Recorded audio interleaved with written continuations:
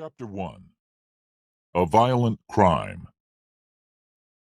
Billy Ray Cobb sat on the back of the pickup drinking a beer, watching his friend Pete Willard take his turn with the black girl.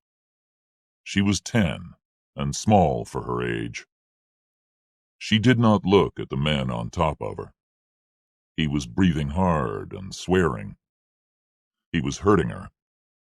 When he finished, he hit her in the mouth and laughed. And the other man laughed too. Then they laughed harder and rolled around the grass by the pickup, screaming like two crazy men. The girl lay in a pool of blood and beer. Later, Willard asked what Billy Ray planned to do now that they had finished with her. Billy Ray said they should kill her.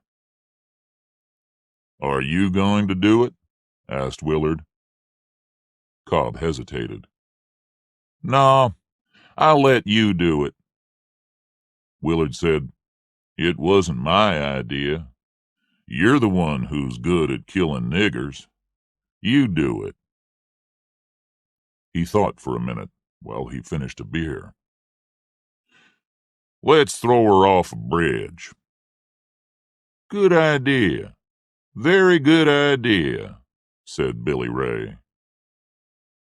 They drove past Lake Chatulla, a large man-made mud hole in the far southwest corner of Ford County, looking for a place to throw out their unwanted passenger.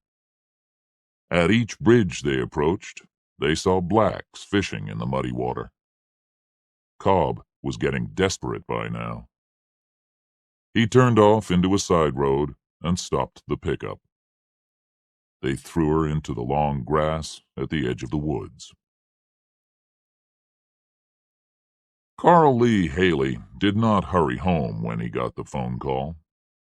Gwen was easily excited, and she had called him at work before, when she thought the children had been kidnapped. He only became anxious when he turned into his yard and saw the police car parked next to the house. As he opened the front door, he wondered where Tony and the boys were. Then he heard Gwen crying. To his right, in the small living room, he saw a crowd around a small figure. The child was covered with towels and surrounded by crying relatives. As he went closer, the crying stopped and they moved back. Carl Lee Haley asked what had happened. No one answered. Only Gwen stayed by the girl, holding her hand. He knelt beside the sofa and touched the girl's shoulder. He spoke to his daughter, and she tried to smile. Both her eyes were swollen shut and bleeding. Carl Lee stood and turned to the crowd and demanded to know what had happened. He asked for the third time. The deputy, Willie Hastings, one of Gwen's cousins, stepped forward and told Carl Lee that some people were fishing down by the river when they saw Tanya lying in the middle of the road.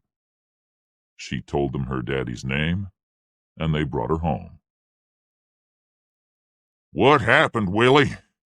Carl Lee shouted as he stared at the deputy.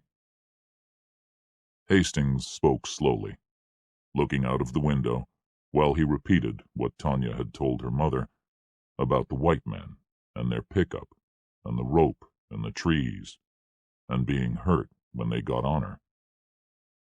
Hastings stopped when he heard the sound of the approaching ambulance. Carl Lee walked out of the house with his daughter in his arms. He whispered gently to her, the tears rolling down his face. He walked to the back of the ambulance and stepped inside. The doctor closed the door and carefully took her from him. Ozzie Walls was the only black sheriff in Mississippi. He was proud of this, especially since Ford County was 74% white and the other black sheriffs had been from much blacker counties. He arrested Billy Ray Cobb and Willard and Huey's, a bar on Highway 365 near the lake outside town. They had been there all evening, drinking whiskey and telling everybody about the good time they had been having. Bad news travels fast, and the story had soon reached the sheriff. Ozzie was smiling when he walked to the table where Cobb was sitting with Willard and two others. "I'm sorry, sir, but we don't allow niggers in here," said Cobb, and the four started to laugh. Ozzie continued to smile. When the laughing stopped, Ozzie said, "You boys having a good time, Billy Ray?" "We were." "Looks like it. I hate to interrupt your conversation, but you and Mr. Willard need to come with me." "Where are we going?" Willard asked. "For a ride." "I ain't moving," said Cobb. Willard stared desperately at Cobb. Cobb drank his beer and said, "I ain't going to jail." Ozzie's deputy passed the sheriff the longest, blackest police stick ever used in Ford County. Ozzie struck the center of the table, sending beer and cans in all directions. Willard sat up as if he had been hit. He put his wrists together and held them out for Deputy Looney. He was dragged outside and thrown into a police car. Cobb did not move. Ozzie took him by the hair and lifted him from his chair, then pushed his face into the floor. He put a knee into his back, slid his stick under his throat, and pulled upward while pushing down on the knee. Cobb stopped moving when he couldn't breathe anymore. He was no trouble after that. Ozzie dragged Cobb by the hair across the dance floor, out of the door, across the yard, and threw him into the back seat with Willard. Jake Briggins woke at 5:30 a.m. as usual, rolled out of bed, and went downstairs to make coffee for his wife Carla. She was still asleep. He had to be at the coffee shop at 6 a.m. He had made many rules like this for himself. He was ambitious, but poor. If he was going to be the most successful lawyer in the state, he knew he would also have to be the hardest working. He gave Carla her coffee, kissed his still sleeping 4-year-old daughter goodbye, and went out of the house. The new red Saab he drove had a lot in common with the beautiful 19th century house he had just left. First, they were the only ones of their kind in Ford County. Second, he owed the 3 local banks a lot of money for both of them. There were good reasons why Jake Briggins worked so hard. He heard about the rape of Tanya Haley at the coffee shop as he was eating breakfast with Tim Nunley, who worked at the local garage, and Bill and Bert West, who worked at the shoe factory north of town. There were 3 deputies having breakfast at the next table, and they asked him if he had defended Billy Ray Cobb on a drugs case a few years ago. "No, I didn't represent him. I think he had a Memphis lawyer," Jake replied. "What's he done?" "We arrested him last night for rape." "Rape?" "Yes, him and Pete Willard." "Who did they rape?" "You remember that Haley nigger you looked after in that murder trial a few years ago?" "Lester Haley? Of course I remember." "You know his brother Carl Lee?" "Sure, know him well. I know all the Haleys, represented most of them." "Well, it was his little girl." "You're joking." "No." Suddenly, Jake didn't feel hungry anymore. He pushed his plate to one side. He listened to the conversation change from fishing to Japanese cars and back to fishing. At 3 minutes before 7, Jake unlocked the front door to his office and turned on the lights. His office was a two-story building in a row of two-story buildings overlooking the courthouse on the north side of the square, just down from the coffee shop. The building had been built by the Wilbanks family back in the 1890s, when they owned most of Ford County. There had been a Wilbanks practicing law in the building until 1979, when Jake's employer, Lucien Wilbanks, had been thrown out of the legal profession for a series of offenses resulting from a serious drink problem. Lucien had been more hurt by this than anything that had happened to him in his troubled life. He gave the keys of the office to Jake and left town. The firm was now Jake's, and though Lucien had come back, he had no involvement with it. He spent most of his time up at the Wilbanks place, drinking whiskey and looking out over the garden. Carl Lee had not been able to sleep at the hospital. Tanya's condition was serious, but she was not going to die. They had seen her at midnight, after the doctor warned them that she looked bad.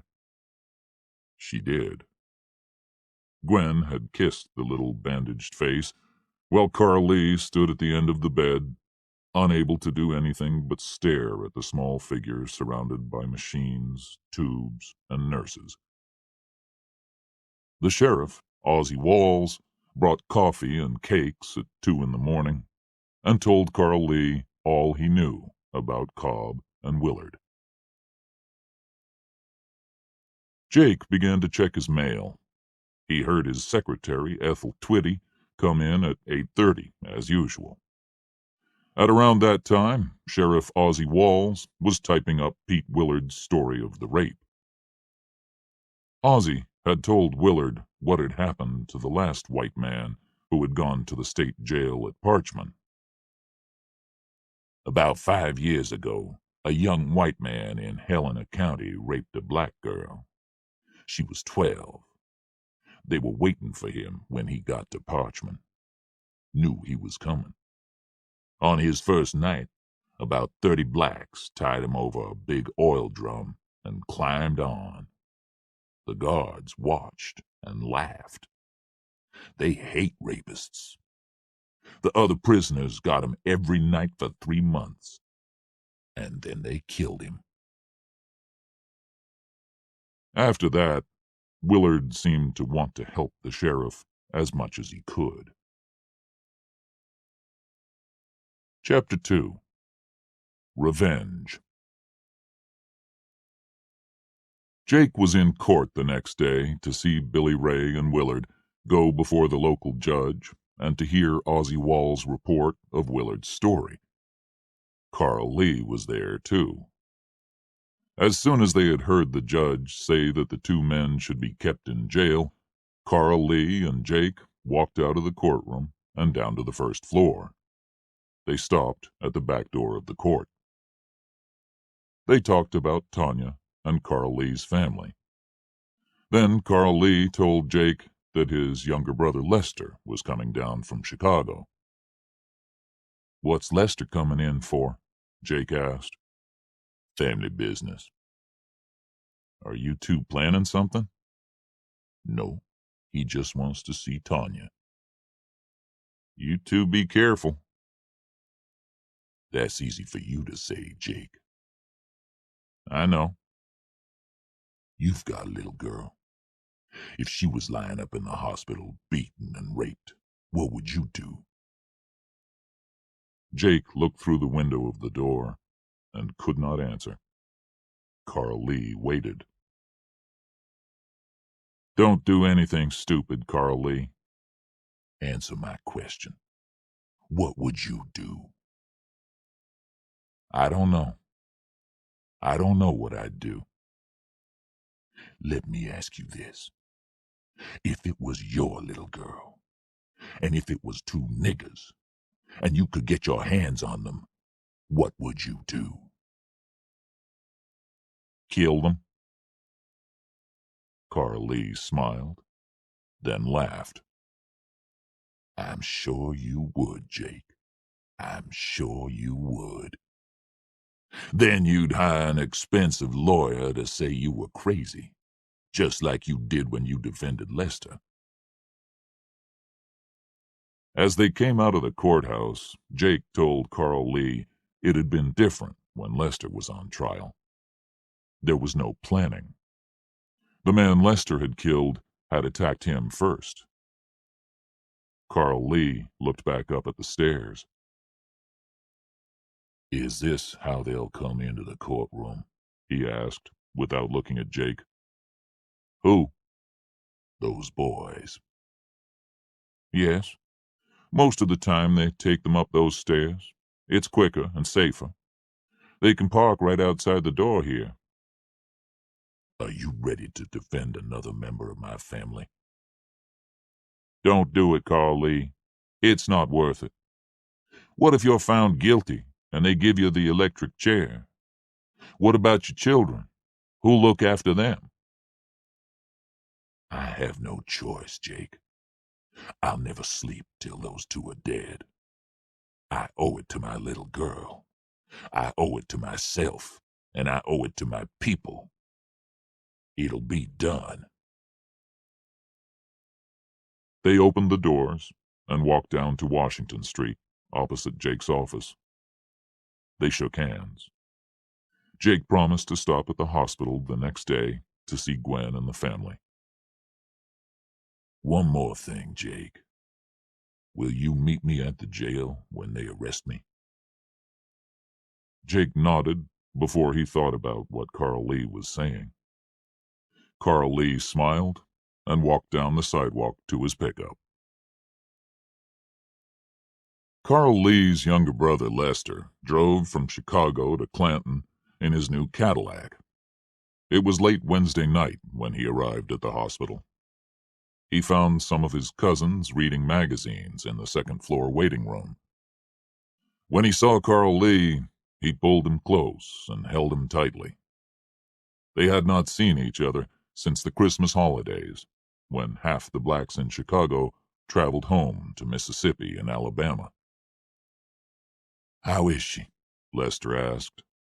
"Better. Much better. Might go home this weekend." Lester felt his breathing get easier. When he had left Chicago 11 hours earlier, he had thought she was near death. He lit a cigarette under the no smoking sign and stared at his big brother. "You okay?" Carl Lee nodded. He looked down the hall. "Come outside," he said. "I've got some things to ask you." The Ford County Courthouse opened at 8 a.m. and closed at 5 p.m. every day, except Friday, when it closed at 4:30. At 4:30 on Friday, Carl Lee was hiding in a first-floor toilet. He sat and listened quietly for an hour. No one. Silence.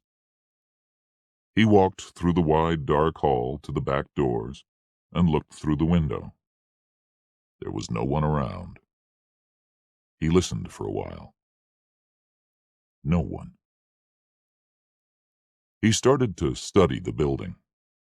He pretended to be on trial. He put his hands behind him and walked the 30 feet to the stairs. Up the stairs, 10 steps, then a turn to the left, just like Lester said. He had a good memory, and Lester's time in the army had made him good at giving directions. Carl Lee studied the courthouse for over an hour. Up and down, up and down, he followed the movements that would be made by the men who had raped his daughter. He followed them in his mind, room by room. He sat in the judge's chair and looked out over the court. He sat in one of the comfortable chairs in the jury box. He sat in the witness chair. It was dark at 7 o'clock when Carl Lee Haley raised a window in the toilet and went quietly through the bushes and into the darkness. Getting the gun was no problem. Carl Lee and Lester just went to Memphis met an old army friend